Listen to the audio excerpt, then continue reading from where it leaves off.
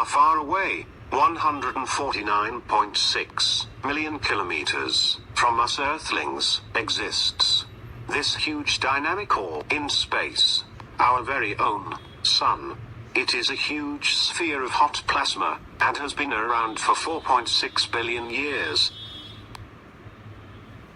Long time back, about 4.6 billion years ago, a molecular cloud started to collapse under its own gravity. Dust and gas particles started coming closer. Most of it was hydrogen and helium, but there were also remnants of supernovae.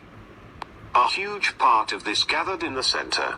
This accounted for the mammoth mass, which caused the space-time to curve. This curvature, indicative of gravity of the mass, caused the leftover masses to spin around the central mass in a flat disk, thus forming the solar system. This huge central mass, called the protosun, collapsed further under its gravity and temperatures started rising. As that happened, hydrogen atoms fused to form helium under tremendous temperature and pressure.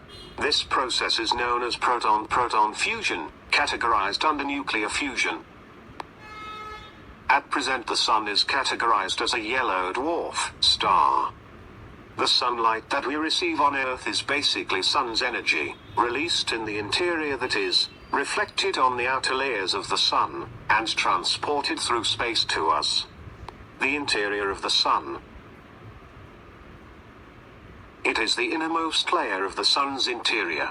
Here, fusion of hydrogen to form helium occurs and a huge amount of energy is released, which is later visible to us as light. It is the second layer, and is characterized by occurrence of radiation. Energy created in the core is transported by the photons in this layer to the interface. This layer is sandwiched between radiative and convective zones. It is believed to generate Sun's magnetic field. A very complex mechanism, the solar dynamo, is at work here. It is the outermost layer, and is cool enough for heavy ions like carbon, nitrogen, etc., to hold some electrons together. This makes it opaque, and heat is trapped inside.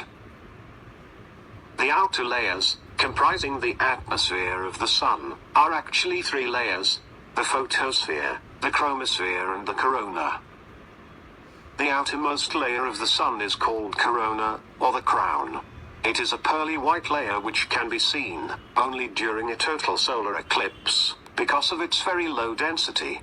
It extends to millions of kilometers and is characterized by white streamers of ionized gas that flow into outer space and consist of hot plasma, making it hotter than other layers.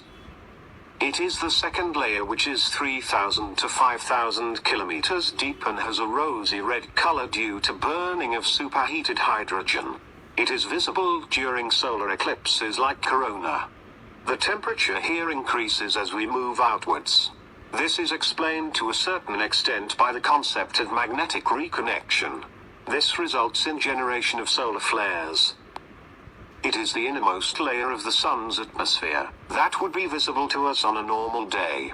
It is about 100 to 400 kilometers thick, and extends till the plasma becomes opaque, which suggests that it is not a solid layer.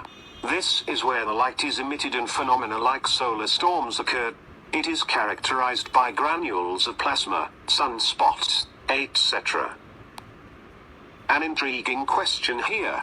Put on your thinking caps, and look out for our next video.